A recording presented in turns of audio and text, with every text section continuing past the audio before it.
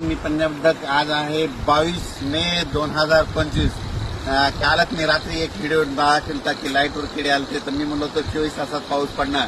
तर पाहू शकता ही आमची इथली लेंडी नदी, ह्या लेंडी नदीला भरपूर असं पाणी आलंय, पाहू शकता या बाहेर. आणि आता सकाळचे 5 वाजलेले पाहू शकता इतकं जोरात पाणी वाहत आहे. आणि राज्यातल्या या ठिकाणी 22 मे पासून परत राज्यातल्या शेतकऱ्याला सांगू इच्छितो की राज्यामध्ये 30 तारखेपर्यंत असाच ओढे नाले नदी वाहणारा पाऊस पडणार आहे, म्हणून हा अंदाज लक्षात येतो. मुंबईला देखील मुसळधार पाऊस पडणार आहे, म्हणून मुंबईवाल्यांनी सतर्क राहण्याची गरज आहे. राज्यातल्या सर्व शेतकऱ्याला सांगू इच्छितो की राज्यामध्ये पूर्व विदर्भ, पश्चिम विदर्भ, दक्षिण महाराष्ट्र, उत्तर महाराष्ट्र, कोकणपट्टी, खानदेश, मराठवाडा 22 मे पासून तर 30 मे पर्यंत असा नदी ओढे नदी नाले वाहतील असा पाऊस पडणार आहे, म्हणून हा अंदाज लक्षात येतो. माझी सर्व शेतकऱ्याला विनंती की विजा कडकडत असताना झाडाखाली थांबू नका. त्याच्यानंतर विजा कडकडत असताना आपले पाळीव प्राणी झाडाखाली बांधू नका, कारण की झाडावर जास्त विजा पडतात, म्हणून हे अंदाज लक्षात येतात. नारळाच्या झाडावर देखील वीज पडते, म्हणून नारळाच्या झाडाखाली थांबू नका. मोबाईलचं नेट देखील बंद करा.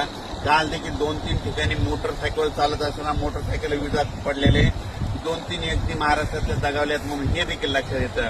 आणि राज्यात सांगायचं झालं तर म्हणजे हा पाऊस 30 तारखेपर्यंत दररोज 2-2 दिवस वेगवेगळ्या भागात पडणार आहे आणि जमिनीमध्ये चांगली 1 फूट वर जाणार आहे, म्हणून हा अंदाज लक्षात येतं. सांगायचं झालं तर हा पाऊस सांगायचं झालं तर सर्वात जास्त मुंबईला पडणार आहे, नाशिककडे पडणार आहे, त्याच्यानंतर कोकणात पडणार आहे, कोल्हापूर, सातारा, पुणे खूप पडणार आहे, म्हणजे नगर जिल्ह्यात देखील खूप पडणार आहे. त्याच्यानंतर मुंबईकरांना सतर्क सांगू इच्छितो की तुमच्या मुंबईला जनजीवन असं विस्कळीत होईल, असा म्हणजे 27, 28, 29 देखील पाऊस पडणार आहे, म्हणून हा अंदाज लक्षात येतात. राज्यातल्या सर्व शेतकऱ्यांना सांगितलं की तुम्ही तुमची स्वतःची काळजी घ्या, आपल्या पाळीव प्राण्यांची काळजी घ्या, म्हणून हा अंदाज लक्षात घ्यायचा. राज्यातल्या कालच मी एक व्हिडिओ टाकला होता की मी म्हणलो होतो लाईटवर किडे आल्याच्या नंतर बघा 72 तासात पाऊस येतो का नाही. म्हणजे काल 21 मेला टाकलं, हे बघा 22 मे. तर हे असा निसर्ग संदेश देते. आणि आणखीन एक सगळ्यात महत्वाचं सांगतो की 15 मे ते 30 मे दरम्यान ज्या गावात जास्त पाऊस पडला त्या गावात पावसाळ्यात जास्त पाऊस पडतो आणि त्या गावाला झुकत माप राहतं, म्हणून हे सगळ्यांनी लक्ष घ्यायचं. हे कोणताच तज्ज्ञ तुम्हाला सांगणार नाही.